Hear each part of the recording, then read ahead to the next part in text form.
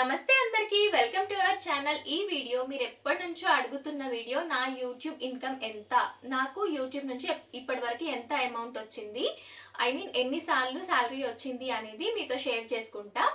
అయితే మీరు చాలా రోజుల నుంచి ఈ వీడియో గురించి అడుగుతున్నారు. నిజానికి నేను కూడా 1 మంత్ బ్యాకే ఈ వీడియో చేసిన, బట్ అన్ఫార్చునేట్లీ కొన్ని క్లిప్స్ అనేటివి డిలీట్ అయినాయి.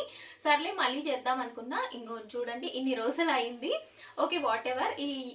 ఈ వీడియోలో అయితే యూట్యూబ్ ఇన్కమ్ గురించి మీతో షేర్ చేసుకుంటా. ముందుగా ఒక చిన్న రిక్వెస్ట్ అండి, మీలో ఎవరైనా మన ఛానల్ ఫస్ట్ టైం చూస్తున్నట్టయితే ప్లీజ్ సబ్స్క్రైబ్ చేసుకోండి. వీడియో నచ్చితే లైక్ చేయండి, అట్లాగే హైప్ చేయడం అస్సలు మర్చిపోద్దు. ఫస్ట్ టైం నేను ఇట్లా ఫోన్ ముందు కూర్చొని మాట్లాడుతున్నా, ఎంత సెటప్ చేసుకున్నా, అండ్ లిటరల్లీ ఇప్పటి వరకు ఒక 10-15 వీడియోలు తీసినొచ్చు, ఏది సరిగ్గా వస్తలేదు. ఏదో ఒక నాయిస్ వచ్చి డిస్టర్బ్ అవుతుంది. సరే వాట్ ఎవర్, ఇప్పుడు మాత్రం వీడియో కంటిన్యూ చేయాల్సిందే అన్నట్టు ఇట్లా కూర్చొని ఇంకా స్టార్ట్ చేసేస్తున్నా. అయితే అండ్ ఏమైనా పిచ్చి పిచ్చిగా మిస్టేక్స్ మాట్లాడుంటే ఎక్స్క్యూజ్ చేసేసేయండి. ట్రైపాడ్కి ఫోన్ కనెక్ట్ చేసి పెట్టిండు మా తమ్ముడు. వీడియో ఎట్లొస్తుందో అని ఒక టెన్షన్, నాకు ఒక దిక్కు టెన్షన్. Okay, what ever. ముందుగా చిన్నగా నేను నా యూట్యూబ్ జర్నీ అనేది ఎట్లా స్టార్ట్ అయిందో చెప్తాను. యాక్చువల్లీ నేను ఇప్పుడు కొత్తగా క్రియేట్ చేసుకోలే ఛానల్ని. నాకు 4 years బ్యాకే యూట్యూబ్ ఛానల్ ఉంది. బట్ అది ఎందుకు క్రియేట్ చేసిన అంటే జస్ట్ టైం పాస్కి చెప్పాలంటే అట్లా క్రియేట్ చేసుకున్నా. ఓన్లీ అప్పుడు కుకింగ్ వీడియోస్ పెట్టేదాన్ని, దట్టు లాంగ్ వీడియోసే పెట్టేదాన్ని. అప్పుడు షార్ట్స్ పోస్ట్ చేయొచ్చు అని కూడా నాకు తెలీదు. విత్ జీరో నాలెడ్జ్ అండి, నాకు అసలు ఎలాంటి నాలెడ్జ్ లేదు యూట్యూబ్ గురించి. జస్ట్ ఛానల్ క్రియేట్ చేసిన, వంటలు నాకు వచ్చిన వంటలన్నీ చేసి పెట్టిన అనమాట. నాకు ఎడిటింగ్ ఎట్లా చేయాలో కూడా తెలీదు. ఇట్లా ఫోను ఈ యాంగిల్లో పెట్టి వీడియో తీయాలని కూడా తెలీదు. నేను ఇట్లా పెట్టి తీసిన అనమాట వీడియోస్. మళ్ళీ ఎడిట్ చేసేసరికి అది ఇంతే వస్తుంది వీడియో, ఎందుకు ఇట్లా వస్తుంది అని చెప్పి మళ్ళీ కొన్ని చూసిన అనమాట యూట్యూబ్లోనే వీడియోస్ ఎట్లా తీయాలి అని చెప్పి. ఇట్లా పెట్టి తీయాలని తెలిసింది అప్పుడు నాకు, ఫోన్ ఇట్లా పెట్టి తీయాలని. ఇంకా అప్పటి నుంచి ఫోన్ ఇట్లా అడ్డంగా పెట్టి తీయడం స్టార్ట్ చేసిన. అట్లా కొన్ని వీడియోస్ తీసిన. రీచ్ అనేది అస్సలు రాలేదు. జస్ట్ ఒక 100 వ్యూస్ వచ్చుడే గొప్ప. అసలు కుకింగ్ వీడియోస్ పెట్టినా కదా, అసలు వ్యూస్ అనేటివి వచ్చేటిది కాదు.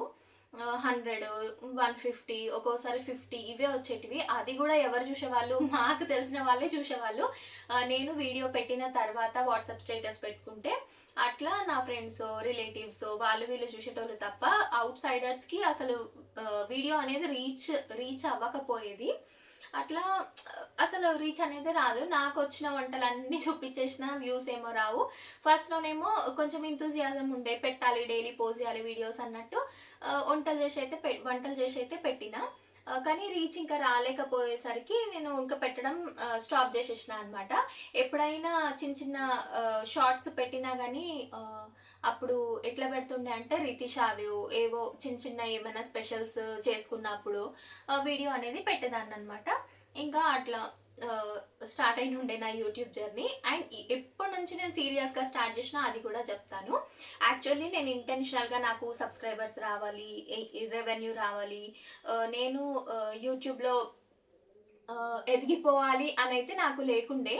అండ్ ఇట్లా యూట్యూబ్లో నాకు సబ్స్క్రైబర్స్ పెరుగుతారు అని కూడా నేను అస్సలు ఎక్స్పెక్ట్ చేయలేదు. ఇట్లా రీచ్ వస్తుందని అస్సలు ఎక్స్పెక్ట్ చేయలేదు.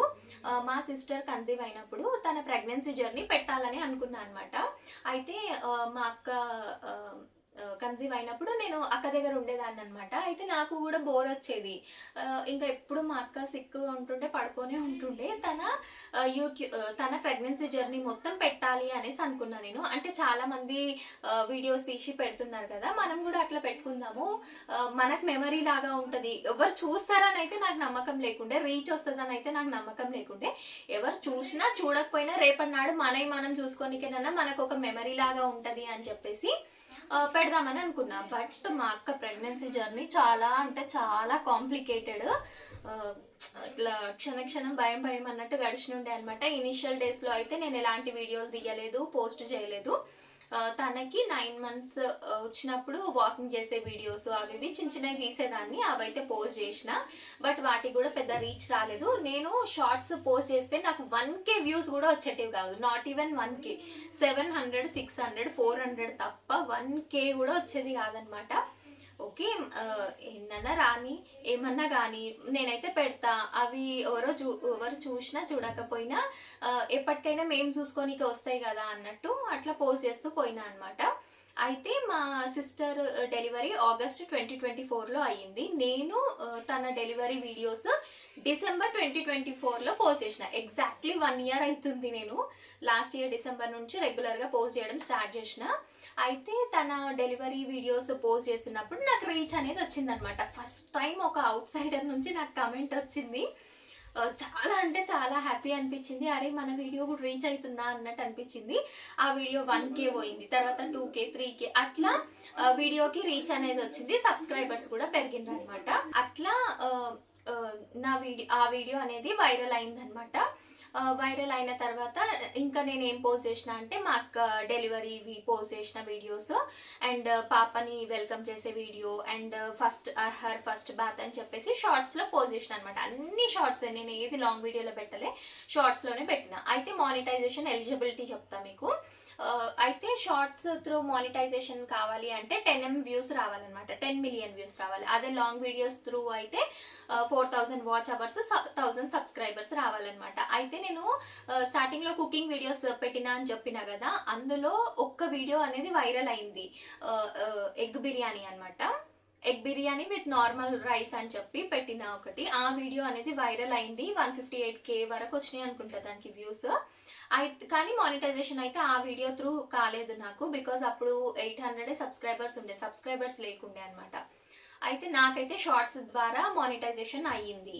అయితే ఫస్ట్ 3M వ్యూస్ వచ్చినప్పుడు మినీ మానిటైజేషన్ చేసుకోవాలన్నమాట. అదైతే నేనే యూట్యూబ్లో చూసి చేసేసుకున్నా.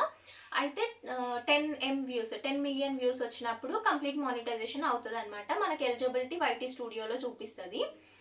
అయితే అది మానిటైజేషన్ ఎట్లా చేసుకోవాలో నాకు ఐడియా లేకుండే. 2-3 వీడియోస్ చూసిన, అయినా నాకు చేస్తే రావట్లేదు. ఎందుకు రావట్లేదు అని చెప్పేసి నాకు అర్థం కాలే. ఇంకా ఇంకా టెక్ ఛానల్స్ చూస్తూ ఉన్నా అనమాట.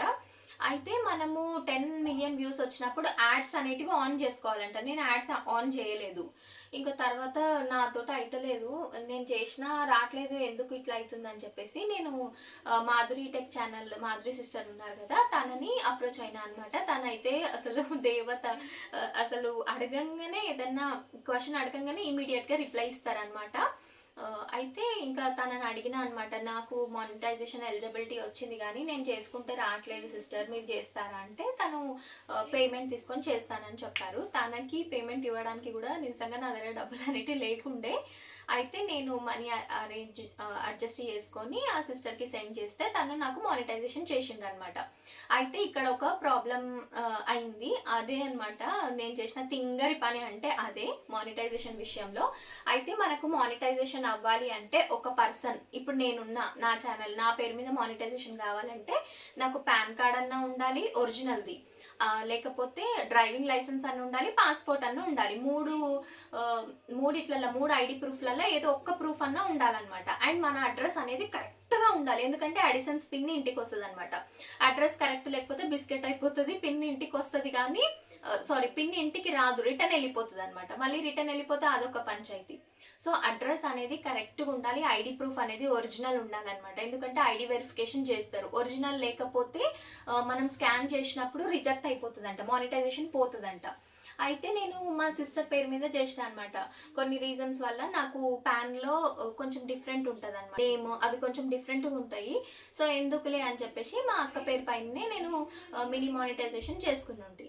అయితే ఇప్పుడు మెయిన్ మానిటైజేషన్ కూడా, కంప్లీట్ మానిటైజేషన్ కూడా అక్క పేరు మీదనే చేసినాం అనమాట. ఫస్ట్ జిరాక్స్ ఉంటే సరిపోతుంది, జస్ట్ డీటెయిల్స్ ఎంటర్ చేయడమే కదా.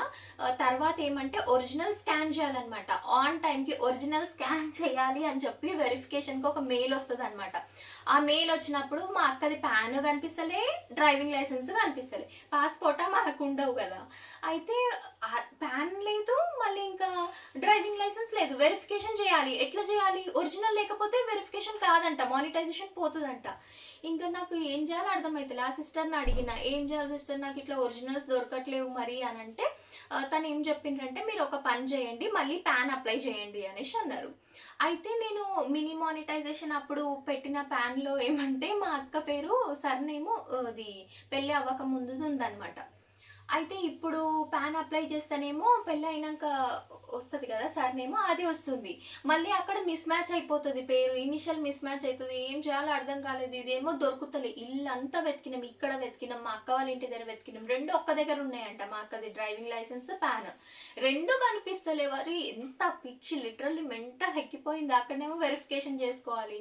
మానిటైజేషన్ ఉంటదా? పోతదా? అసలు అనేసి అనిపిచ్చింది. ఇంగ నేను అనుకున్నా మనము పెట్టినాం ఛానల్. గ్రోత్ అనేది వచ్చింది.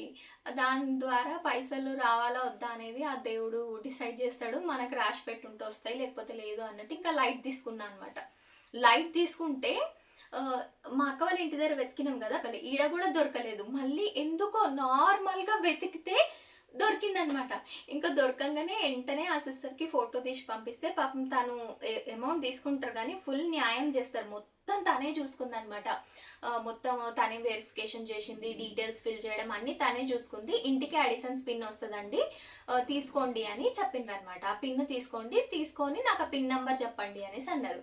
ఇంకా అడిసన్స్ పిన్ గురించి వెయిట్ చేసుకుంటా కూర్చున్నా అనమాట. ఎప్పుడొస్తది పిన్ ఎప్పుడొస్తది? ఎప్పుడొస్తది? అని చెప్పి. ఇంకా తీరా అట్లా చూసిన తర్వాత అడిసన్స్ పిన్ వచ్చింది. వచ్చిన తర్వాత ఆమె పిన్ ఎంటర్ చేసిండ్రు ఆ సిస్టర్. మొత్తం నాకు మానిటైజేషన్ ప్రాసెస్ అయితే చేసిచ్చిండ్రు. అయితే మనకు ఫస్ట్ పేమెంట్ ఎప్పుడొస్తదో అది కూడా చెప్తా. ఊరికేనే పేమెంట్ అనేది వచ్చేదు. $100 మనకు జనరేట్ అవ్వాలన్నమాట. $100 జనరేట్ అయినంగానే ఫస్ట్ పేమెంట్ అనేది వస్తది. మనం అనుకుంటాం గానీ ఈవెన్ నేను కూడా అనుకున్నా యూట్యూబ్‌ల ఇట్లా వ్యూస్ వస్తే ఫుల్ డబ్బులొస్తాయి అది ఇది అనుకున్నా గానీ కంప్లీట్‌లీ రాంగ్ అండి. మనకు రెవెన్యూ వస్తది అనంటే లాంగ్ వీడియోస్ ద్వారా వస్తది. అది కూడా ఉంటదనమాట. ఒక లాంగ్ వీడియో ఇంత పెట్టినము. అది ఆడియన్స్ ఎంత చూస్తారు, దాని యావరేజ్ డ్యూరేషన్ ఎంతుంటది, దానికొచ్చే లైక్స్, దానికొచ్చే అన్ని పట్టి దానికి అమౌంట్ అనేది వస్తదనమాట. దానిపైన ప్లే అవుతాయి కదా! యాడ్స్ ప్లే అవుతాయి కదా! దాన్ని బట్టి వస్తదనమాట. మొత్తానికి యూట్యూబ్ ద్వారా అయితే ఇన్‌కమ్ చాలా తక్కువొస్తది. అండ్ షార్ట్స్ నుంచి అయితే చాలా చాలా చాలా చాలా తక్కువొస్తాయి. ఎందుకంటే మనం పెట్టిన ప్రతి వీడియో మిలియన్స్‌లో పోదు కదండీ! అండ్ ఇంకొకటి ఏం చెప్పాలా? ఇదైతే ఒక అయిన విషయం ఏమంటే నాకు మానిటైజేషన్‌కి ముందు ఫుల్‌గా వ్యూస్ వచ్చేటివి. ఆఫ్టర్ మానిటైజేషన్ వ్యూస్ అనేవి చాలా చాలా చాలా చాలా తగ్గిపోయినాయి. నేను లాస్ట్ ఇయర్ డిసెంబర్ నుంచి వీడియోస్ పెడుతున్నా అని చెప్పినా గదా! జనవరి వరకి నాకు 10,000 సబ్స్క్రైబర్స్ వచ్చేసిండ్రు. వ్యూస్ బాగా వచ్చేటివి. అట్లా జల్దీ జల్దీ పెరిగిండ్రు గానీ మానిటైజేషన్ అయినంక చూడండి నాకసలు సబ్స్క్రైబర్స్ గూడా పెరగట్లే. అస్సలంటే అసలు పెరగట్లే. ఎక్కడ ఉంటున్నామో అక్కడనే ఉంటున్నాం. అండ్ షార్ట్స్ గూడా చాలా చాలా రీచ్ తక్కువొస్తుందనమాట. నాకు ఫస్ట్ పేమెంట్ అయితే మే మంత్‌లో వచ్చింది. నా ఎంగేజ్‌మెంట్ కంటే ముందు వచ్చింది. అది నేను చూసుకోలేను కూడా చూసుకోలే నాకు పేమెంట్ వచ్చిందని చెప్పి. తర్వాత చూసుకుంటే పేమెంట్ వచ్చిందా అని తెలిసింది. ఫస్ట్ పేమెంట్ అయితే ఎంతొచ్చింది చెప్తా. ఇప్పుడు ఈ క్లిప్ ఉంది చూడండి. ఇది ₹1000 క్లిప్ అనుకోండి. ఇట్లాంటి 11 క్లిప్స్ కొనుక్కోవచ్చు. ఎంతనో మీరే చెప్పండి. ఇంకా మీరే కాలిక్యులేట్ చేసుకోండి. అయితే డైరెక్ట్‌గా చెప్పొద్దంటారు. అందుకని ఇట్లా చెప్తున్నా.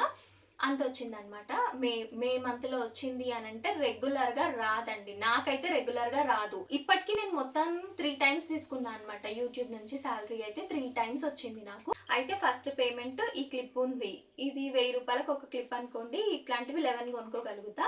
సెకండ్ టైమ్ వచ్చేసి 13 కొనుక్కోగలుగుతా. అండ్ నెక్స్ట్ టైమ్ వచ్చేసి సేమ్ 11 కొనుక్కోగలుగుతా అనమాట. ఇంకెంతొచ్చింది మీరే కాలిక్యులేట్ చేసుకోండి. 3 టైమ్స్ వచ్చింది. మంత్లీ అయితే యూట్యూబ్ నుంచి పేమెంట్ రాదు. అయితే మరి నువ్వెందుకు చేస్తున్నావు యూట్యూబ్ అని ఒక డౌట్ రావచ్చు. I want to get recognition. నేను చాలా ఫీల్ అయిపోతా. ఎందుకంటే నేను ఇంత చదువుకొని కూడా ఏం చేయలేకపోతున్నా, ఇంటి పట్టున ఉంటున్నా అనేసి నాకొక ఫీలింగ్ ఉంది మనసులో. ఐ వాంట్ రికగ్నిషన్ అండి. నాకు ఒక ఐడెంటిటీ కావాలి. ఓకే. ఇప్పుడు రాకపోవచ్చు పేమెంట్. ఇప్పుడు ఎక్కువ పేమెంట్ రాకపోవచ్చు. ఇప్పుడు ఛానల్ గ్రోత్ కాకపోవచ్చు. హూ నోస్ కొన్ని రోజులు అయిన తర్వాత గ్రోత్ వస్తదేమో ఆ ఒక్క ఆశతోటి నేను ఛానల్ అనేది ఇంకా రన్ చేస్తున్నా అనమాట. ఈవెన్ మా సిస్టర్ కూడా అన్నది ఎందుకే వదిలేసేయి. ఎందుకు చేస్తావు? పోనీ ఇంత ఎడిట్ చేస్తావు, వీడియోస్ తీస్తావు, సరిగ్గా ఫోన్ లేదు, ఏం లేదు అవసరమా నీకు అనేసి అన్నది మా అక్క కూడా. కానీ బట్ నేను ఒకటే చెప్తా మా అక్క కూడా, నాకు ఒక ఐడెంటిటీ కావాలి సోని, నాకు ఒక రికగ్నిషన్ కావాలి కాబట్టి నేను ఇంత తాపత్రయపడుతున్నా. పోనీ ఇప్పుడు రాకపోవచ్చు కానీ ఫ్యూచర్లో వస్తుందేమో ఎవరికి తెలుసు. ఇప్పుడు ఇన్ని రోజులు నేను పెట్టిన స్టార్టింగ్ నుంచి రాలేదు, సడన్గా గ్రోత్ అనేది వచ్చింది, సడన్గా మానిటైజేషన్ అయింది.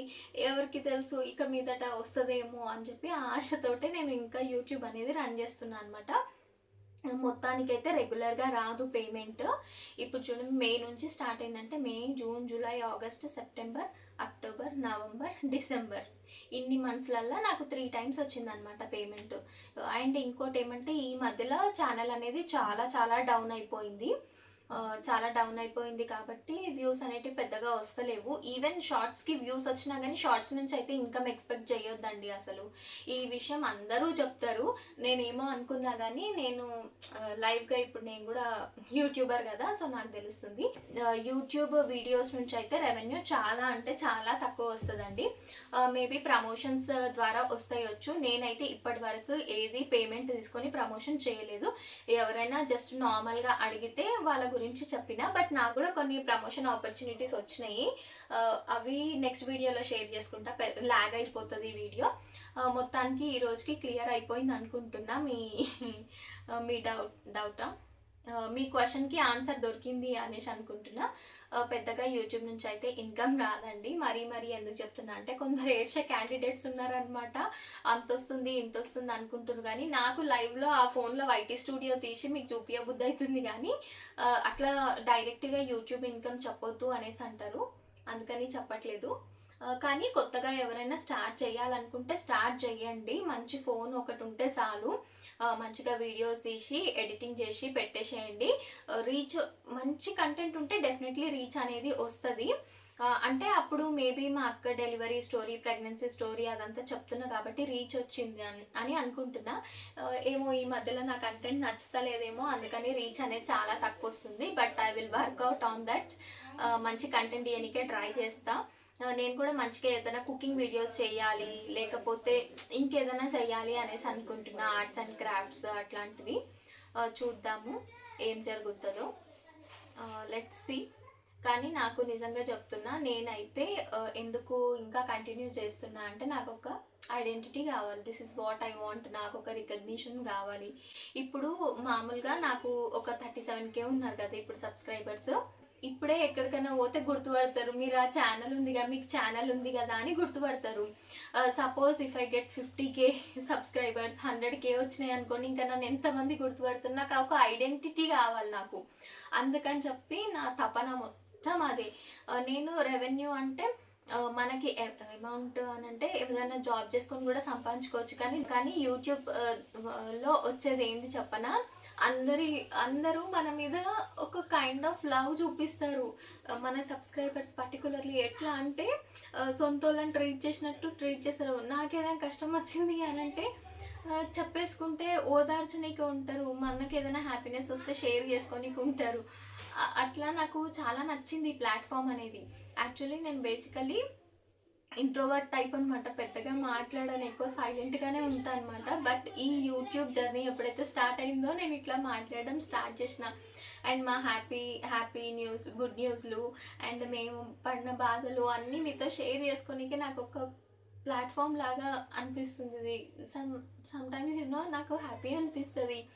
అప్పుడు నేను మ్యారేజ్ ఎందుకు పోస్ట్ పోన్ అయింది అని కూడా వీడియో పెట్టిన కదా, అప్పుడు కూడా చాలామంది అసలు ఎంతమంది మెసేజ్లు చేసిందంటే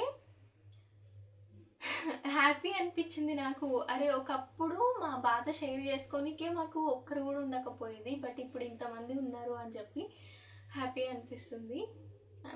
హ్యాపీ రిగార్డింగ్ దట్.